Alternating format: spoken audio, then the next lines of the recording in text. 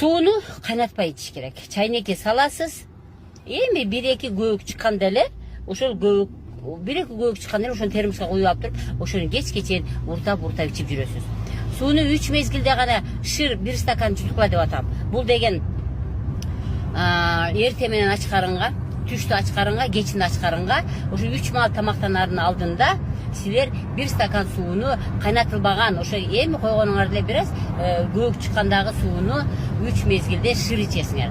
Калган мезгилде ошол эле сууну ууртап ичесиздер да. Мен туура түшүнүш үчүн дайым мынтип айтат элем да. Сиз помидор эктиңизби, огурц эктиңизби, шланга менен сууну шыр жөнөтүп берсеңиз анын тамырына жетпей калат го. Сиз аны акырын жөнөтсөңүз, ал тамырына сиңип, анан кийин жакшы тамырына чейин жетет. Ошол сыяктуу биз 1 стаканды бир жутсак, анда ал тез эле ашказанга барат, ашказандан сиңет дагы, бөйрөккө барат дагы, тез эле сийтип болуп чыгып кетип калат. А биз кечке чейин, мына мен дайым термосум жанымда жүрөт. Көрдүңөрбү? Бир уртам ошол кайнатылбаган сууну бир уртам куясыз дагы, бир уртайсыз.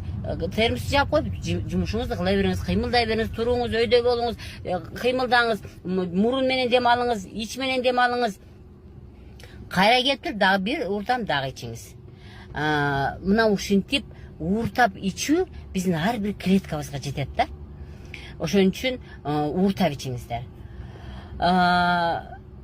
Мындан тышкары, эгерде сиз ошо сууну кайнатып алган болсоңуз, анда сөзсүз түрдө ага чөп салып ичкиле деп айткам. Эми чөптү дагы тандап ичиңиздер. Чөптөрдү мен щелочь чөптөр деп интернетте ачсаңар, щелочь чөптөр, щелочные травы деп ачсаңар, анан толтура чөптөр бар. Ошонун бирөөсүн демдеп ичесиздер.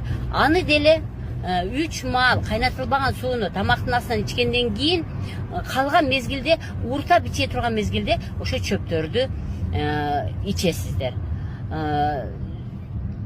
Демек, бул эми ошо нерсти сактоо жана сууну туура ичүү деп аталат. Эми кийинки бөлүктө дагы кандай кыймыл аракеттерди кылабыз, ошол жөнүндө айтып берем.